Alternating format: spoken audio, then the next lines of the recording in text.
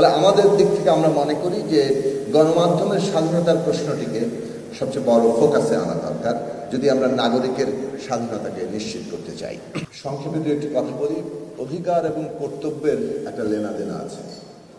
অধিকার সীমাহীন নয়, কেননা একের অধিকার যদি অন্যের অধিকারকে খর্ব করে তাহলে সেই অধিকার তো আসলে স্বেচ্ছাচারিতায় পরিণত হয়।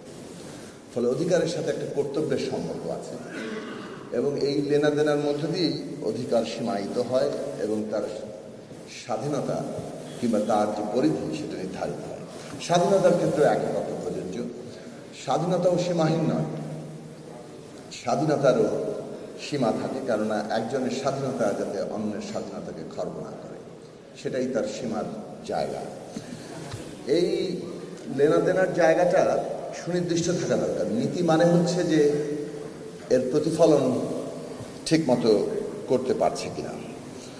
আমরা আমাদের অভিজ্ঞতা থেকে বাংলাদেশে গণমাধ্যমের স্বাধীনতা, গণমাধ্যমের বর্তমান বাস্তবতা নানাভাবে দেখেছি। এর মধ্য দিয়ে এই প্রথমবারের মতো বোধহয় গণমাধ্যম সংস্কার একটা কমিশন হয়েছে, যেটা সানশাইন আটা ময়দা সুজি ভালোবাসায় তৈরি নিয়ে তেমন কোনো আলোচনা হয়নি। আজকে হয়তো এখানে আলোচনা হচ্ছে, সামনের দিনে যাতে এই আলোচনাটা বড় আকারে সামনে আসে। গণমাধ্যম যদি কাজ না করে তাহলে তো আসলে আর কিছুই থাকে না। আমরা মোটামুটি অভিজ্ঞতা থেকে দেখেছি যে পুরো রাষ্ট্রশক্তিকে পকেটে ভরে ফেলা যায়।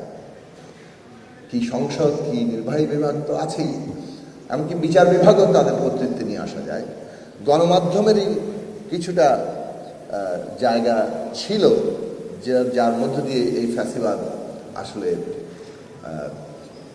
একভাবে তার নানা প্রশ্নের মুখে পড়েছে এবং জনগণের মধ্যে একটা ঐক্য তৈরির ক্ষেত্রে, সচেতনতা তৈরির ক্ষেত্রে সহায়তা করেছে। ফলে শেষ পর্যন্ত আদালতকে যেমন আশ্রয় বলা হয়, গণমাধ্যম কোনো অংশে কম আশ্রয় নয়। গণমাধ্যমই আধুনিক রাষ্ট্র ব্যবস্থায় জনগণের জন্য সবচেয়ে বড় আশ্রয় হিসেবে থাকে, কারণ অনেক সময় আদালতে গিয়েও তার প্রতিকার পাওয়াটা যে দীর্ঘসূত্রিতা এবং অন্য অনেক রকম অসুবিধা সেটা থাকে। গণমাধ্যম একটা প্রশ্নকে সামনে নিয়ে আসতে পারে, এমনকি যাকে আপাত দৃষ্টিতে মামুলি প্রশ্ন মনে হয় সেটাও তারা দ্রুত সামনে নিয়ে আসতে পারে।